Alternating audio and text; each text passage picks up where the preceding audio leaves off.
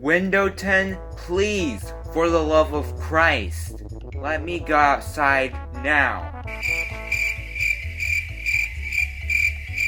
Let me guess, you won't let me out until I am 98 years old? You're goddamn right.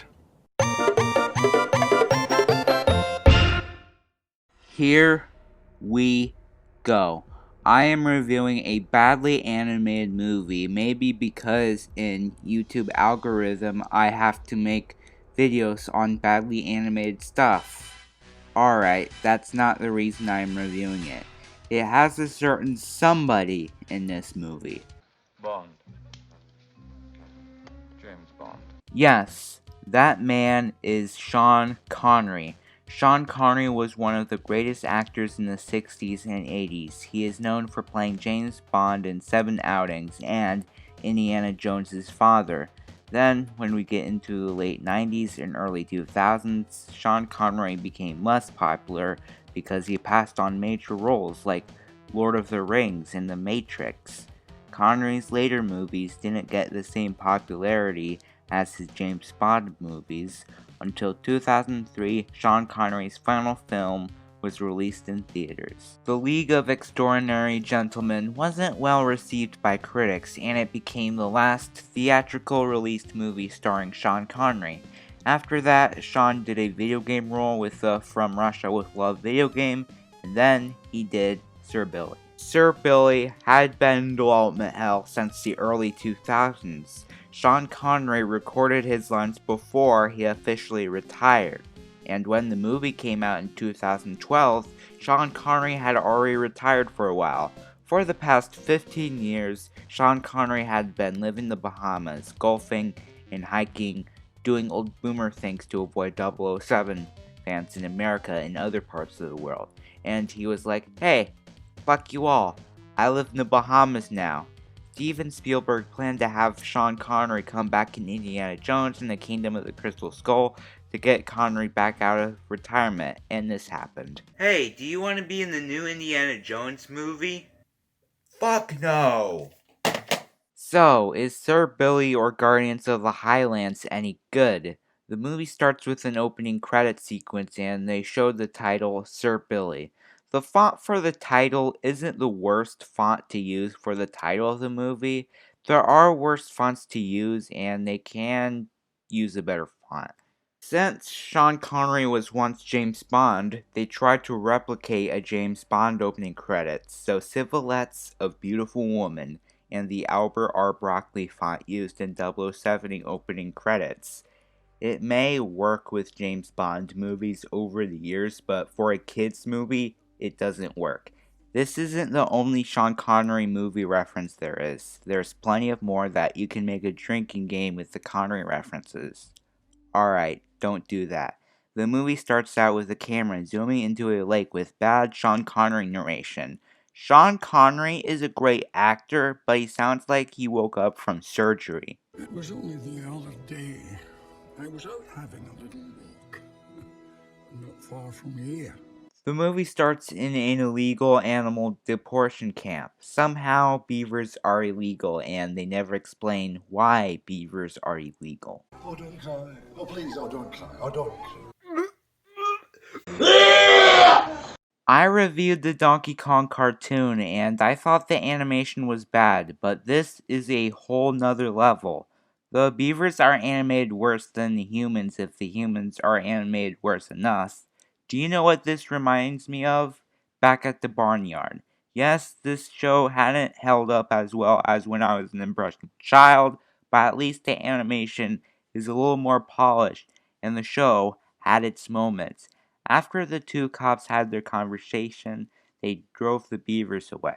Then, the truck driver found a chocolate bar on the floor of the truck and he decided to eat it. Yeah, if I found a candy bar unwrapped sticking on the fucking floor inside of a vehicle, I will so eat it and puke some more. So, that truck driver picked the candy bar. Then, since he was a stupid dumbass, he didn't watch the road and he saw a bunny on the road and he crashed and then he is dead now. I think. Then the cages where the beavers are held fell off the cliff and they are also dead. The cops went to examine the damage and the truck driver is alright. never mind. You see, nothing but blooming trouble, these damned animals. Wait, that cop used the word damn. What is this movie rated? Oh, okay. Then the cop looked at the beavers that escaped, and one of the beavers is still here. How did the cop not notice the beaver? The beaver was pretty loud enough for a human with hearing to notice. Then this bunny who survived being run over by a truck found the beaver, and then 5 years later, illegal beavers were escorted to Norway. Then leads to the next James Bond reference. The guy playing the banjo owns a restaurant called Thunderball, which sounds similar to the movie Thunderball. Have you got any of those Mrs. Plumper's pies with blueberries? This woman looks horrible. She has big gross breasts, and combined with that ugly face, this makes the animation feel worse. Also, the chef looks like someone from a shitty, low-budget Dr. Seuss movie. Next scene, we have Sir Billy getting milk from the mail. Sir Billy is a veterinarian who loves animals, and then we are introduced to Sir Billy's best friend and his roommate. I don't know his name yet, I wasn't paying attention, and for a goat, he acts like a dog. And the goat is dressed like Uma Thurman from Kill Bill, Volume 1. Come on, Gordon, don't dilly-dally.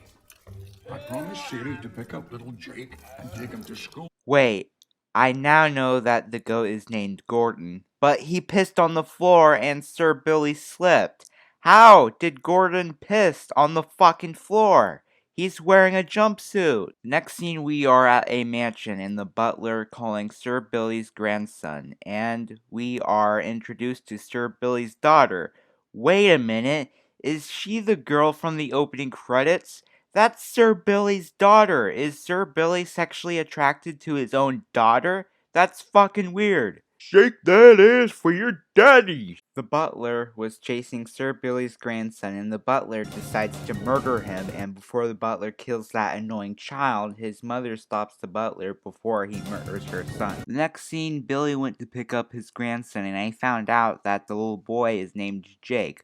On the way to dropping Jake off to school, we met this ugly lady from earlier in the movie, and she was going to introduce Sir Billy to her sister. She doesn't have the strength to carry a suitcase, even though she's in her 20s, and we have another James Bond reference. My name is William.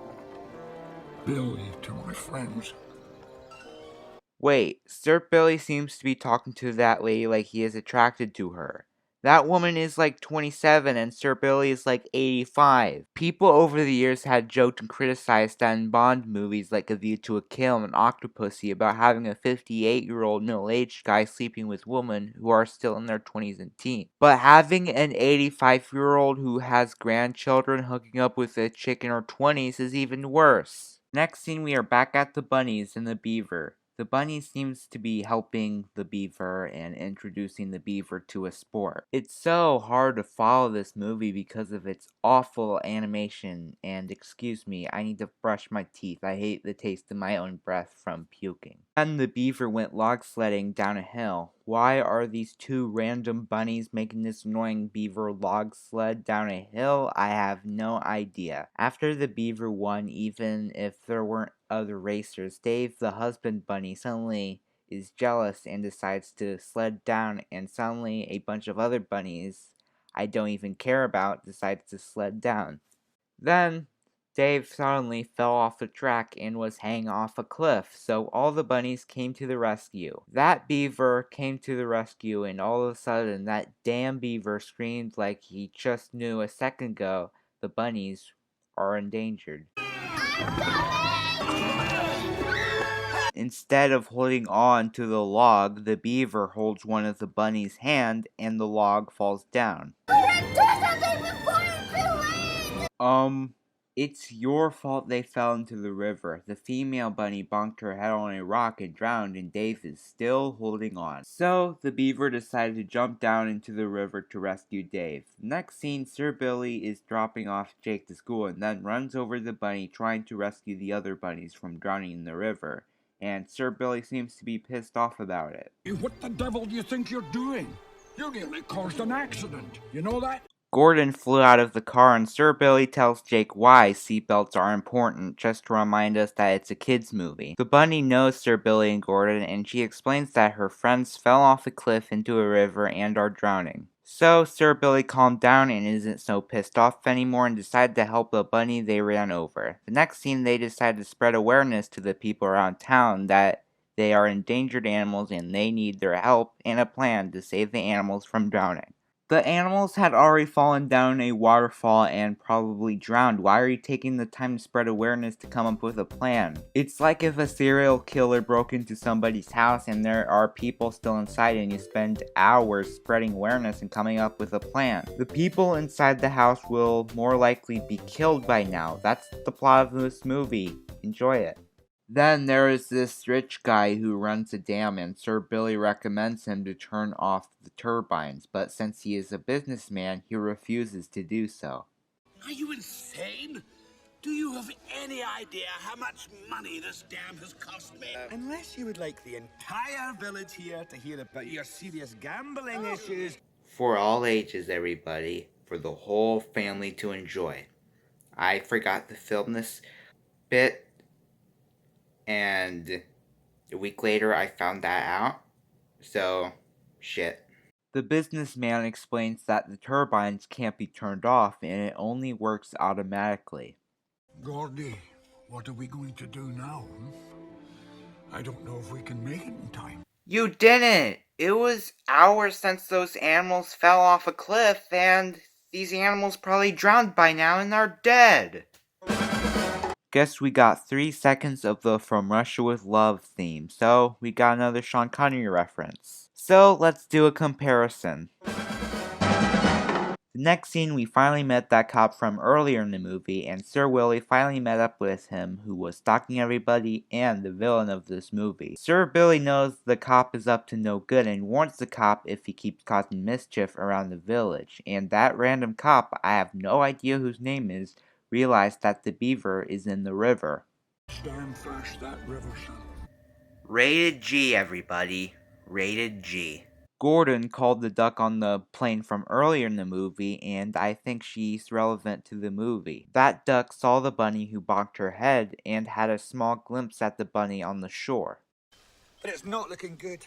They think her head is bleeding. No! But it was hard to see from the cliff. I see. But she's lost a lot of blood. Jesus, that's pretty dark for a movie for children. Gordy found the injured bunny and she was still alive, not bleeding. Sir Billy gave the bunny the medicine to heal the bunny and she was cured. But I don't have the same feeling about Bessie and Dave. I hope someone gets them before that dam. That's like 3 uses of the word damn. I don't think this is a kid's movie. The next scenes just appeared out of random and only appeared for a few seconds. The first scene was that cop and the next scene was this. We need to create a scene or something! I'm serious. That's the whole scene. Then we are back to the cop who is breaking the traffic laws. Rated G, everybody. Rated G. Then in this next scene, these 3 random villagers found Bessie and Dave holding onto the log and the cop is only across the river. Then David was finally at the dam and the businessman from earlier was giving a tour and Sir Billy came in and he swore again. Listen to me. I've had one hell of a morning. Do I need to say this again? I wrote down the amount of swears and the Sean Connery movie references in this movie. I needed to make sure how many swears there is in this goddamn movie. Then we have another Bond reference with the cop with the yellow helicopter with the same color as the one from the 007 movie You Only Live Twice. The pilot duck from earlier crashed the plane at the police helicopter, damaging the propeller and not the plane. Dave fell off the log and Bessie swam to go get him, and Sir Billy and Gordon was on the shore and managed to save Dave, but Bessie, she's dead now. But Gordy had an idea. Gordy decided to get a rope, and we have another James Bond reference with a scene from GoldenEye where Pierce Brosnan jumped off a dam. Gordy managed to save Bessie, but Gordy lost his balance and fell in the water. Gordon swam to the boat he fell out of, Gordon can swim just fine, so there's no reason for the movie to build suspense in this scene. Just press the blue lever to lower him to your deck. After Gordy got lowered to the boat, we have another Sean Connery reference, and it's a Hunt for the Red October reference. A Soviet submarine rose out of the water out of nowhere. Does this have any relevance to the plot? No. That sub sure reminds me of another adventure. I feel like I am watching the old 60s Bond in retirement, and now I am starting to feel that Marcus Ramius is James Bond. Yes, that guy is that guy. Then the duck is back and she saw that Russian submarine. Now, honey, I know I flew a little off course to end up here, but your ass is seriously bumping in the wrong waters. That duck used the word ass. How is this a kid's movie? Get Indiana Jones. I should be called Jemima Bond.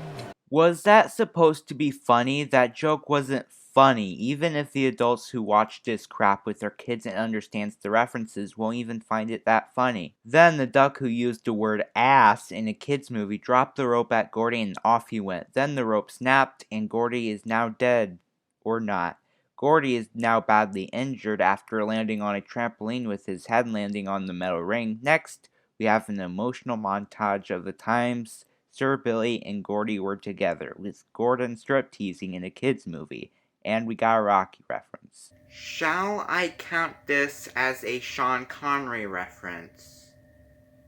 Nope. After the emotional montage, the duck has medicine for Gordy and she throws the medicine 1,000 feet in the air and Jake catches the medicine and does a flip.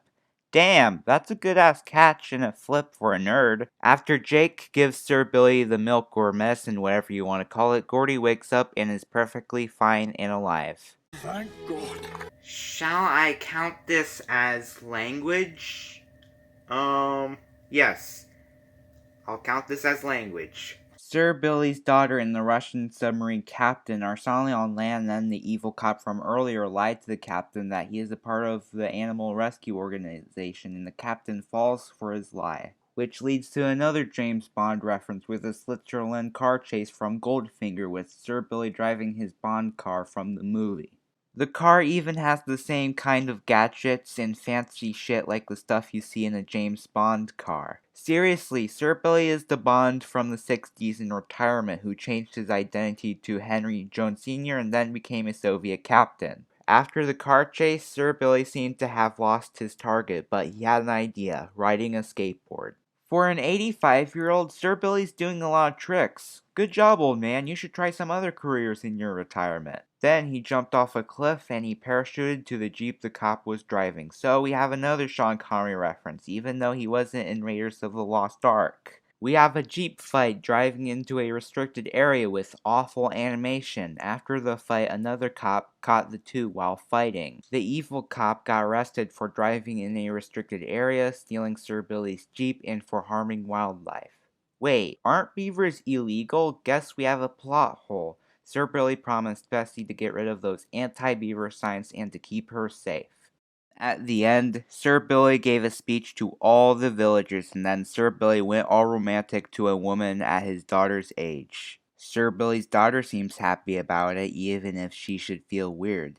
That's Sir Billy at the end of Sean Connery's career. This movie sucks. Sir Billy had a long and difficult production, and the movie had been in development hell since the early 2000s, and it finally came out in 2012 when Sean Connery's career was dead. This movie struggles from a subpar story, shitty audio, and voice acting, even from Sean Connery, one of the most influential actors in Hollywood. Since this movie stars Sean Connery as Sir Billy, there's so much James Bond references and references to other Sean Connery movies. References do not make a movie. Just because Sean Connery is in the movie doesn't mean there has to be 007 references every 5 seconds. It's like watching the original Thomas the Tank Engine UK series full of Beatles references because the first 2 seasons was narrated by Ringo Starr. Hey, since we have Ringo Starr narrating, why not throw in as much Beatles references like have a yellow submarine just sit there and trains go through it?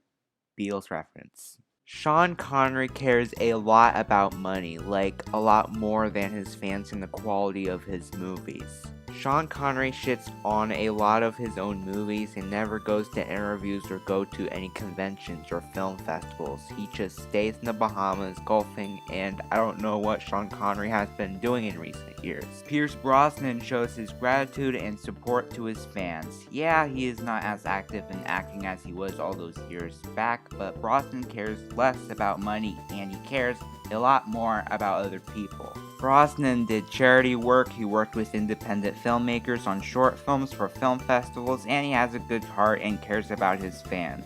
I am not saying Sean Connery is horrible and you should make his remaining years miserable. You should give Sean credit for being one of the best actors in Hollywood and for creating one of the most cherished film franchises in the history of film. The point that I am trying to make is that Sean Connery is a flawed human being and doesn't have the same love and support to his fans as Pierce Brosnan.